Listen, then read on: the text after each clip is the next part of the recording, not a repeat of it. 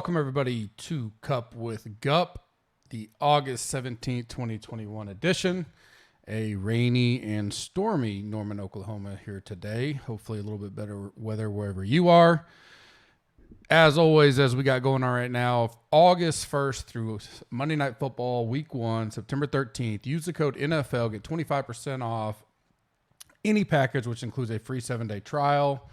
Don't like what we have, you can cancel and you're never charged.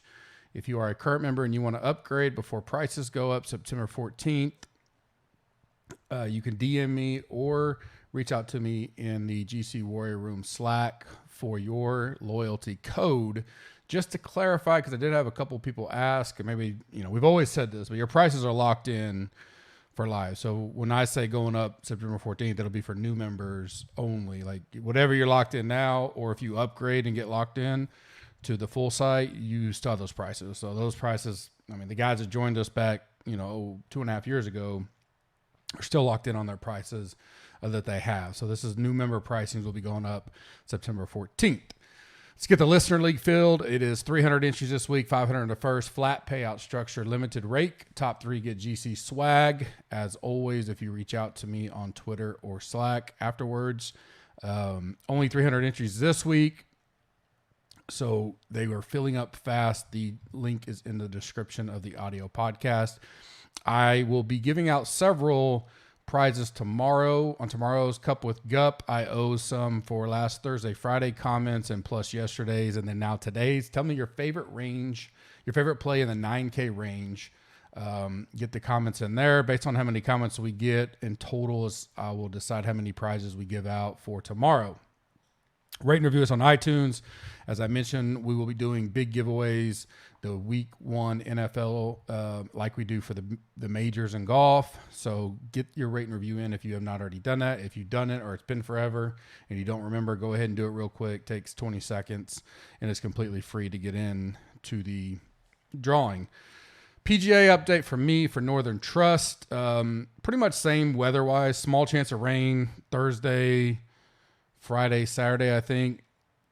Really low. Looks like it actually looks a little lower than even yesterday morning, and the winds are fairly low for the most part. So I really don't see weather playing a big factor this week at all. You may get a spot up shower that causes a little bit of delay, but I don't think anything long lasting or anything concerning wave wise for this 124 man field with Usti out of it. Trending highest for me on first pull of ownership, no particular order. Adam Scott, Harris English, Answer, Rory, Scheffler, Casey, Rahm, Berger, Spieth, and Morikawa. No big surprises there. Like I talked about yesterday, I really think we'll have pretty flat ownership in the key parts. There's so many good options and cases you could be made, especially in the 9K and 10K range. You could argue with me on any of them as great plays or great fades or leverage or anything like that. I just don't see. There'll be a few that are going to be low owned compared to the rest, but I don't see many guys in total being over 20%, to be honest. You may have 2 or 3 clip over that, and I really think you'll see a pretty flat structured in each tier of guys. You're still going to have leverage plays, no doubt, but just especially up top, you're going to, so many people are going to get spread out and picking who they go with and whatnot. And there's not like just one deadlock play up there, I don't think. I think Rahm will have some ownership, but he's the highest price. So people kind of come off of him. I think the 2 lowest right now are DJ, or probably 3. DJ, X, and Brooks are probably on the lower side. I don't know exactly what order I'd put them in yet, but potential leverage on those guys. All the 9K guys seem to be pretty popular, so that's why I want to interested to hear what you guys say is your favorite play there. A guy I'll talk about here in a little bit, JT, a little bit lower than some. Highest is Berger, Answer, which I kind of think, that's about what I thought yesterday. Nothing crazy there. So that, it's a key. We've talked about that in this type of field. It really comes down to not as much gaining that leverage as much as, getting it right. Because there's so few and far between up there. Yes, there'll be probably 4 guys out of those, was it 17 or let's see. We have 15 guys in those 2 ranges. There's going to be 3 or 4 that are clear leverage plays, and then you decide if you want to play them. The rest you're splitting hairs on, a percentage here, percentage there, or whatever. So definitely get into that a little bit more with the articles tonight and into tomorrow. For me, potential sleepers are low owned right now. DJ, I mentioned that him or X are going to be are looking to be the lowest as of now. But X always seems to get a big boost for me when I start pulling in historical ownership stuff. He always seems to end up being higher owned than what people lead to believe. More of a safer play in some instances, but DJ historically is here recently in the last few months has continuously been sub 15%, flirted with 10% at times. And so I could definitely see that. Cam Smith is one that kind of sticks out as a guy up there climbing the ranks for me as we approach final rankings tomorrow. Probably 4, 6, 7%, something like that at 8,500. He's a guy that could be a good leverage. Patton Kizzire, I've mentioned, climbed the ranks a little bit for me overnight. He'll probably be in that 2 to 4% range area. Higo did confirm, found his message. I think it was Facebook's where I finally found it, that it was a stomach bug that hit him right before round 4. So just unlucky for us that had him. Because of that, I don't know. I haven't listened to too many podcasts yet. Was real busy this morning on NFL stuff, wrapping this up. Then I have another call for all of our NFL tools, finalizing that. And then tonight's Meet the Teacher for us. We start school Thursday, so busy Tuesday for me. But I'll catch up on podcast tonight and in the morning at the gym. But Higo, I hadn't heard much about. I don't know if I've heard his name yet in the few podcasts I've listened to. So certainly potential leverage there. And at 6,800, I think his upside is great. He was doing well going into round 4 of the WGC. So he's a guy I'm going to keep in the radar. Matt Wallace is a guy that's moved up a little bit for me. He was 23rd in my rankings Monday, so still had him up there, but hadn't heard much of him. He'll probably be in that 3 to 5% range. And then Ortiz, a guy I've been off and on lately, a 36th at the WGC, which is about mid-pack. Missed the cut at the Open. Did play here in 2019, made the cut. Nothing spectacular, but, he's probably going to be one of those GPP flyers that could make a difference. I got him 1 to 3% right now. My Monday redo section, I don't know where I'm going fade-wise, but it won't be JT. So he continues to climb for me. And like I mentioned yesterday on Smash, the only bugaboo is the putter. So if I just live with maybe a few of those, putts drop for him, everything else, he just continues to pop and look great. 9,800 is a good price. I don't know how high owned he's going to be. Got Bryson down there kind of getting talked up a little bit. I mentioned Answer's a guy that's a great play. Scheffler, Cantley, a ton of good plays in 9K. Really looking forward to hear some of the comments there. So you may not get a super owned JT, whereas historically at 9,800, we do see him pretty much owned, would be a chalky type play. He could be sub 15% around there for sure. And I'm willing to get in on that where I'm not paying up for him. Plus I'm getting decent ownership and really, I pulled a deep dive and he came out extremely great. It's just the putting. Can he get hot with the putter this week around there? So, and then Rory, I mentioned him as a deep or gut feel play, but he's really moved up into MME play for sure. And then he's in that pool where I'm thinking about, do I go 1 to 3 max with a guy like Rory? So he's kind of moved up a level from the gut feel plays for me, those two. I will talk about tomorrow who I think's moved down because you can't play all of them up there, right? So do we move down on speed? Do we fade Morikawa one more time and let that bite us in the butt again? Do we just hope Rahm's rusty and fade the 10, 11, 5? Those kind of discussions is going to be what I'll be looking at tonight and we'll bring to the pod. And then obviously E9 tomorrow afternoon. Staying strong, guys that I haven't really moved off of at all. And I still like Jason Kokrak, Cantley, Hoffman, and Seamus Power. All guys that nothing's changed for me much there. Pretty good little solid guys. Maybe not necessarily glorious nucleus type core yet, but all guys I still like. Moved up or stayed as strong as I was from the pod yesterday.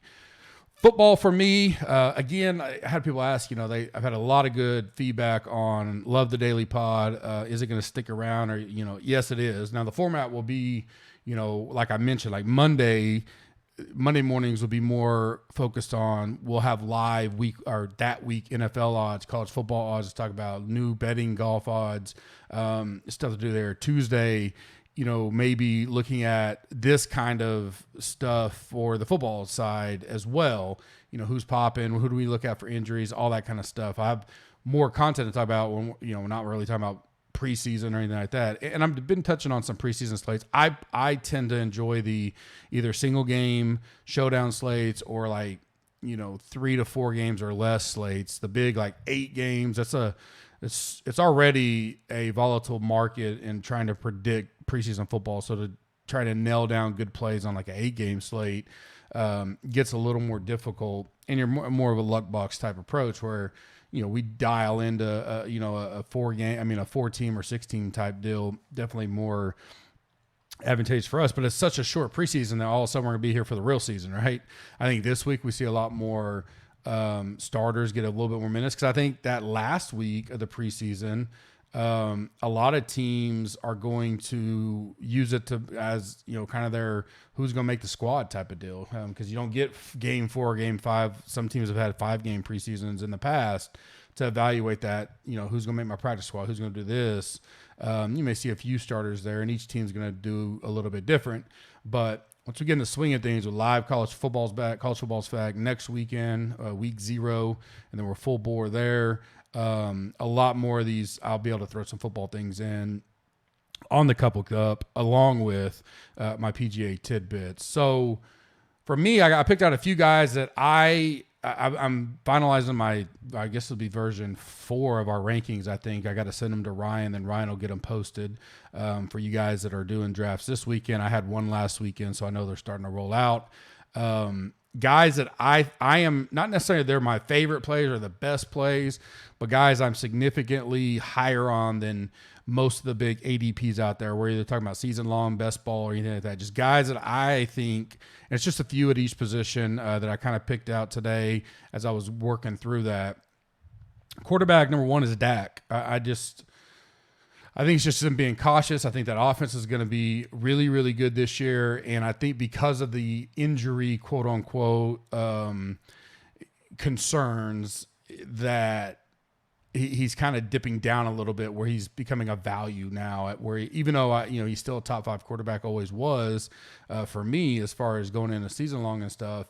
I think in some of this best ball, Underdog just put out their 3rd puppy, so I think you can get some value on Dak. A guy that I like a lot, I liked going into the preseason, but I don't think you're getting any value on him necessarily, is Justin Fields. I think I would be higher on him than most already. Obviously a pretty good showing the first time. So our first game, I wouldn't overbid for him. That was kind of my notes to talk about. I wouldn't jump on him, but I would still have him up there flirting with a top 12 quarterback this year, borderline, meaning he'd be a starting quarterback in a 12-man league type of deal, and certainly viable to be a QB1 or QB2 in your best ball teams if going that route. Running back's a guy that I was pretty high on. I talked about him a lot with my inner circles, and I think he is getting a little buzz, a little steam, and it's Gibson for Washington, just because knowing how they used McCaffrey, people have compared that already. I think I talked about that a few weeks ago. There's going to be plenty of room there, and I just think Fitzpatrick's such an upgrade to that offense in general, and they have such a good defense that their offense isn't going to have to feel like they're always, trying to keep up in scoring and all that. That I like Gibson. I think he's a borderline RB1. I actually am moving him into an RB1, making him a top 12 play in the rankings that I'm sending to Ryan. So he's one I like. I still like Henderson. For the Rams, I think people just think they're going to do something else, but if he plays well and does good in that offense with Stafford, he's going to be a pretty good play. And I don't think there's enough people that believe in that situation yet with Akers gone, that I think he's a good pickup at value on ADP right now. Wide receivers, I like OBJ, obviously a big Baker fan and like Cleveland in general, watching them. Think he'll have a great bounce back season this year. He's one I've moved up over the weekend. Mooney is one I've moved up because I think Fields is going to help some of those guys, going to be able to create a little bit more time in the pocket with his feet. Obviously, A-Rob's going to get a lot of the coverage, and I've liked Mooney a lot already last year. I played him several times, especially on like some showdown slates and stuff. But I like him to step up this year and potentially be a really good wide receiver too for the Bears. And if Field just continues to progress, I think Mooney could be a good steal in some ADP drafts. Rondell Moore, I've talked about him probably every single podcast so far. I'm really high on him. I think he's going to have a great year. Probably not Justin Jefferson type rookie season, but I think he's going to do really, really well in that offense with Kyler. And then Tutu Atwell, I talked about him just a hair last week. I like him, and I like him in that offense with the way they're going to use him. They got him involved right away in the preseason game. Not reading too much into that, but I think as a slot receiver there, and he's never going to get more than single coverage hardly, just with Woods and Kupp already there, and Stafford can sling it. So my only fear would be because their defense is so good and Stafford, I think, will run that offense better, that the targets and stuff may not be there. But for where you can get him in season long and in best ball right now, I think he's a good guy to get and stash away and see what comes of him in the first few weeks of the season. Tight ends, I haven't changed much up top. I think those guys that I have up there, if you got the full site rankings, are pretty solid. Two guys that I'll move up a hair. Tyler Higbee and Cole Kmet, more going along. I've kind of moved that Rams and Bears offense up some. Nothing crazy with either one of those guys, but those are two that will move up a hair in my rankings as we get through the first week of preseason. Looking forward to this week, more deep dive for us. The football tools are coming on very nicely. I showed some sneak screens in the GC Worry Room and with Ryan and Bobby. I think you guys are really going to enjoy the work that Mr. Gould is doing for us. And right out the gate, it's going to look impressive, but it's going to have tons of room to grow as we continue to get feedback from you guys in the membership, as well as the upgrade to the Green Machine for NFL, college football, and all that. Really excited about the fall and the season. Help us out. Spread the word. Tell your friends, come check us out. I think we're one of the best values in the market. It's free for a week. Maybe you tell them to wait until we get everything rolled out here in the next week or so. That's fine. The offer is good all the way through week 1 of NFL. I think you guys are going to enjoy it. I hope you guys have a great day. I will be back tomorrow for Cup with GUP, and then in the afternoon, the live E9 with the premium members. Have a blessed evening. We'll see you later.